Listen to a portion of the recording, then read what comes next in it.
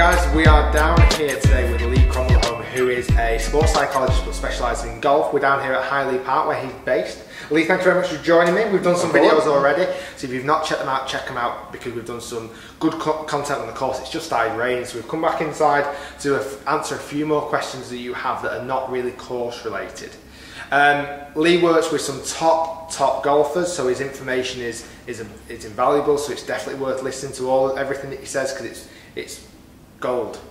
And it's relevant to club players as well. It's relevant to everyone. It's not just tour players. The tour players are humans still. They have the same feelings, I bet, don't they? Yeah, same ideas, but it's just on a different scale. Same issues as well. So it's all relative. You can check out Lee on his website, which is winninggolfminds.com. He does some great stuff on there as well. He's got a library of videos and you can become a member on there. And Lee's offering us a nice discount if you put my name in as the code. So stick my name in and Lee's offering you a nice discount there. Yep. So the question that's been asked is how to stay motivated after a bad hole. And this question's been asked actually about a teenager, but it doesn't really matter. It's about everything. So we're going to talk about motivation first because I know what it feels like. You know, you've had a bad hole, you think, oh, for God, you know, your head's down. Yeah. What's the good thing to pick us back up? Right. There's a fundamental issue there, and what I mean by that is rather than having a particular technique to get over a bad hole, it runs a little bit deeper than that. So one of the things that I work on is the motivational orientation. Okay. So it's not how much you are motivated, it's why someone is motivated to do something. So you can go, I'm so motivated, but if there's not a purpose for that motivation, it's wasted. Absolutely, and what we mean by motivational orientation is some players are what we call ego focused. So they do things in order to protect their ego. So they try and avoid a difficult situation in order to protect their ego. Okay. Those guys tend to stay focused on how their handicap is going to be affected by having this particular bad hole or bad shot, or how their score would look on the score sheet at the end of the day. 100%. Everything, anything to do with score, anything to do with how any kind of negative perception. They would be what we call ego focused motivational orientation, which is a bit of a mouthful for 7:30 in the morning. Only joking. But then the opposite to that would be someone who is mastery focused. Okay. So someone who is mastery focused, which would be the complete opposite to an ego focused person, is more interested in learning. They're more interested in the process. Okay. They're more interested in taking on situations, even though they are challenging. Or because they want to learn about themselves and they feel challenged. So we've got them two extremes. We've got the ego focused motivational orientation, and then the mastery focused motivational orientation. And golf by its very nature wants to drag you over to the ego side because we put the number down at the end of each hole. We add them up after 9 holes. We add them up after 18. In bigger tournaments, those scores then go on the internet, and relate to your handicap, which if we're looking at teenagers, teenagers get obsessed with the handicap. So what we need to do is just make sure that player is more process focused, which is more mastery focused.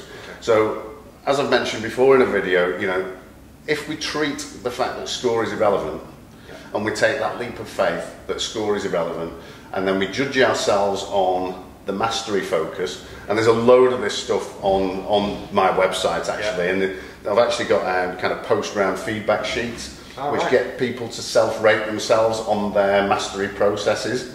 So it's you start to learn yourself through effective feedback. And would a lot of people watching, would they still be able to start to probably self-analyse whether the ego or mastery focus? Would you be able to, if you're watching this and thinking, I am very much dependent on score. I'm very much dependent on what my perception to other people would be.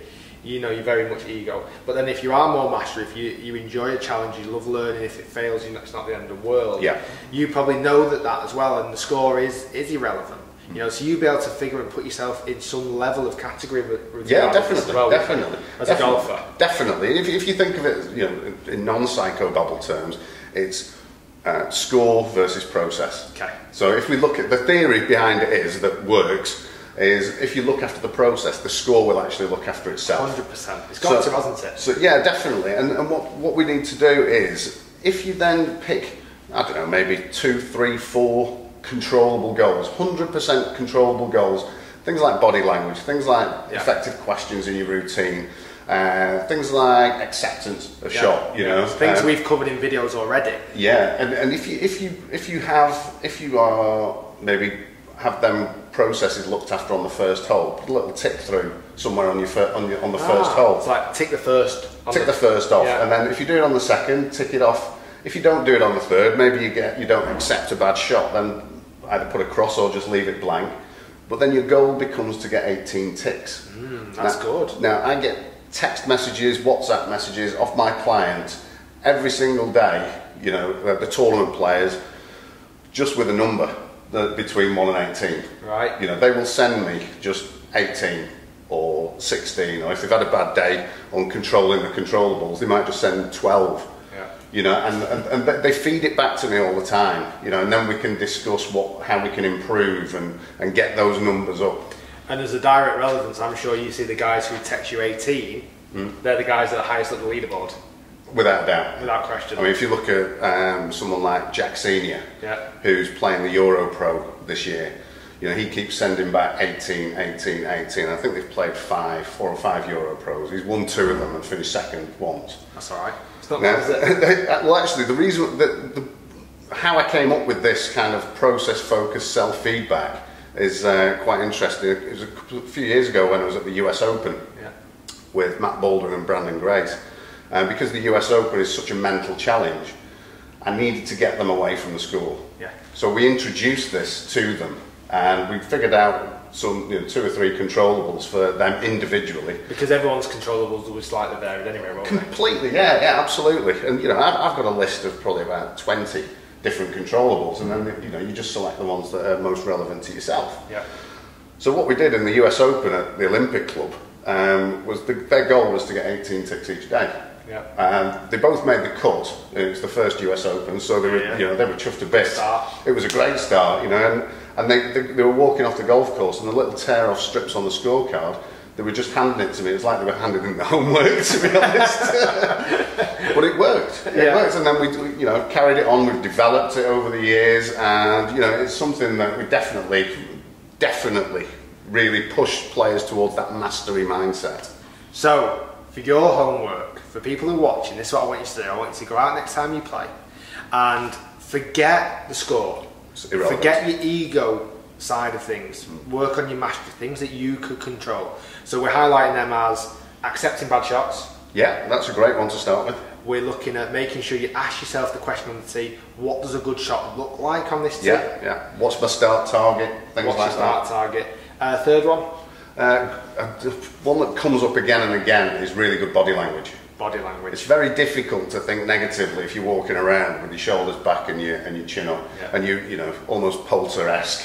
You know, there's a reason why Poulter walks around like this, and he's that confident. His arms are actually behind him. You know, he walks around like this. His chest is that far out. Yeah, he's amazing. You know, he gets the most out of his golf game. I've got massive respect for that guy because he does get the most out of his golf game. So, you've got the 3 there: accepting, asking yourself relevant questions on the tee, and body language. I want you guys to work on that next time you play, and write in the comment down below how you scored.